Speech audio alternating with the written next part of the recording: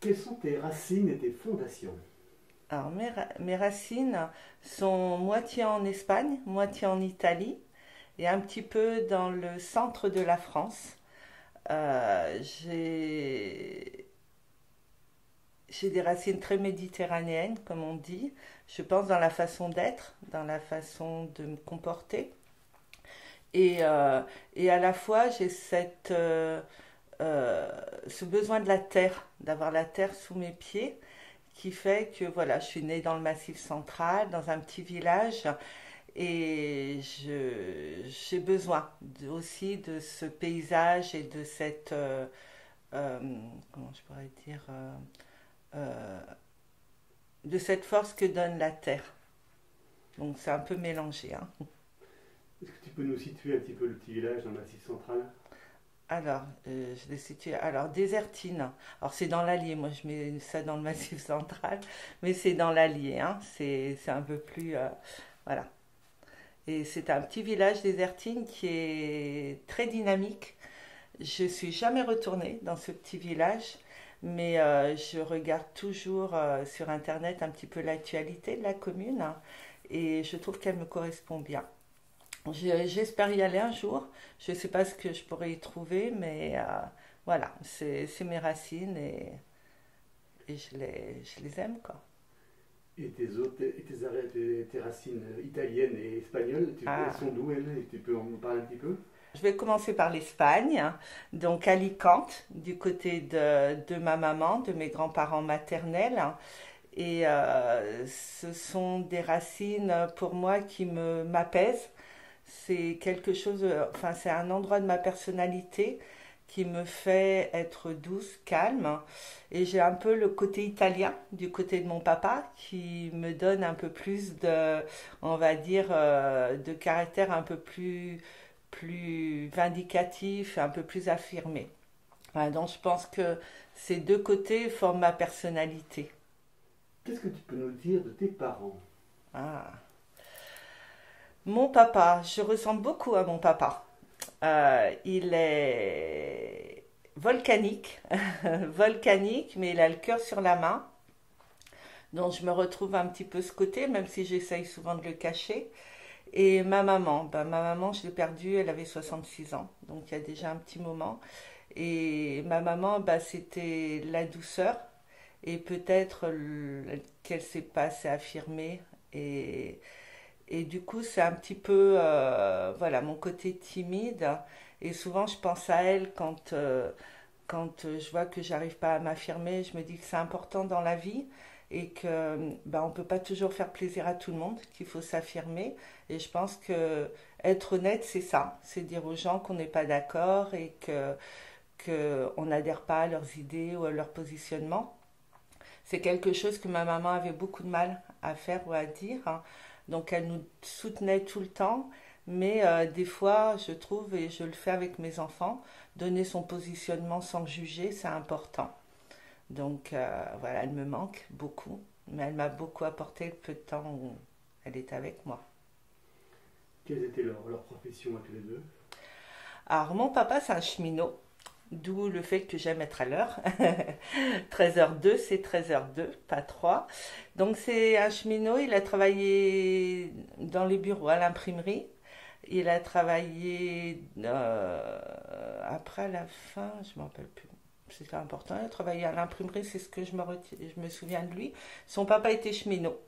Donc c'est une famille de cheminots, hein. Son papa a conduit les trains à vapeur, hein, voilà.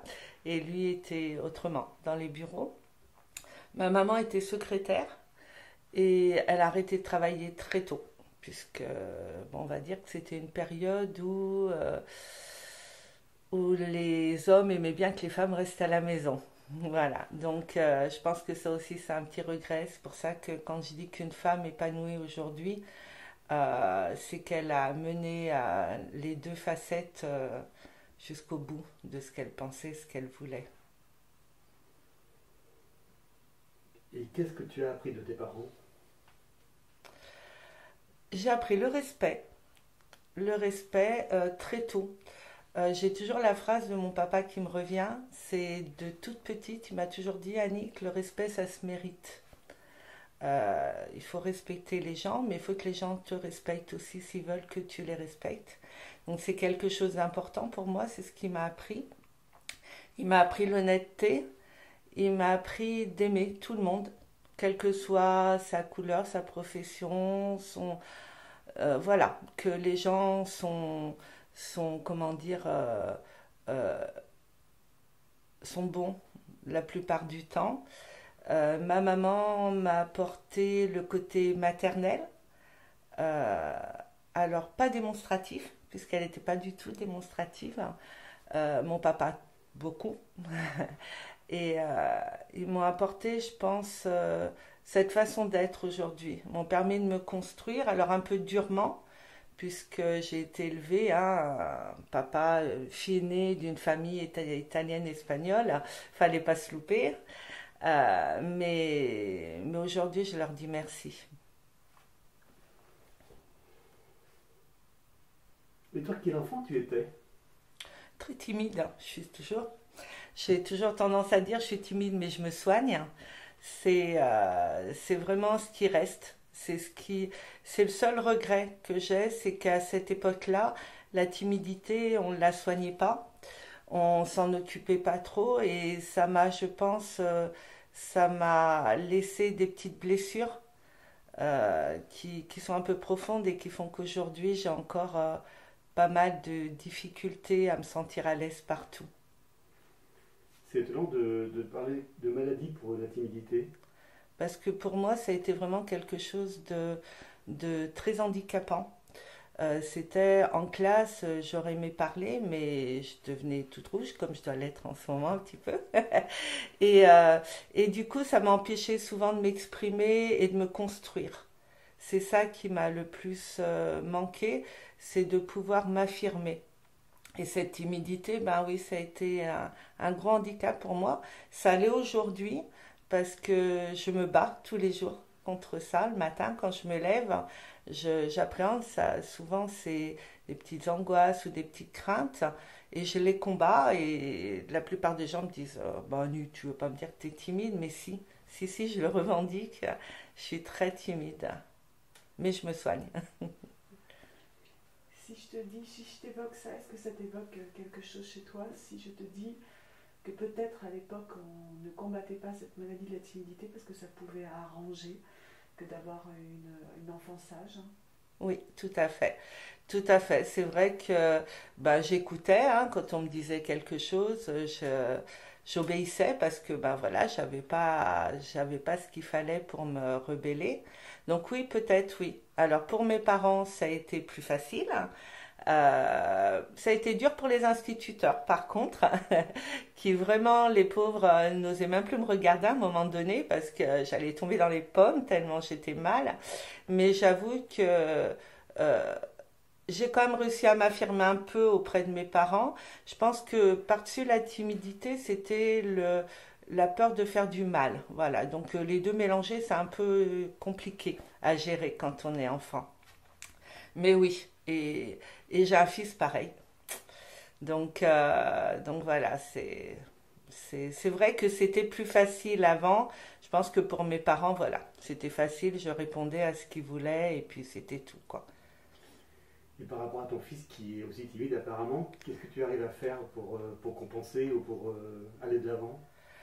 Alors je vais dire que mon fils, c'est pas tout à fait la timidité, c'est la gentillesse, la peur de blesser ou de dire non. Et souvent je lui dis, Thomas, les gens qui t'aiment t'aimeront, même si tu leur dis non. Voilà, je pense que ce qui a été le plus dur pour moi, c'est apprendre à dire non et me dire que ben voilà, c'est un positionnement. Donc moi je l'ai appris parce que la vie m'a appris à dire non très tôt, très tôt. Et du coup, voilà, souvent je dis Thomas, apprends à dire non, c'est bien, mais, voilà. Mais il est moins timide que moi. Tu as des frères et sœurs? Oui. Qu'est-ce que tu peux nous dire d'eux et de ton rapport avec ta patrie? Je suis au milieu. J'ai un frère qui a 1 an et demi de plus que moi et une sœur qui a 1 an de moins que moi. C'est un bout de moi. Mon frère est quelqu'un de très timide. ma sœur aussi, mais avec des caractères complètement différents. Et j'ai l'impression que qu'on se complète. Voilà, qu'on se complète, mais en tout cas, on est famille tous les trois, malgré le fait que des fois on soit d'accord, pas d'accord, on s'aime. Donc je pense que c'est important.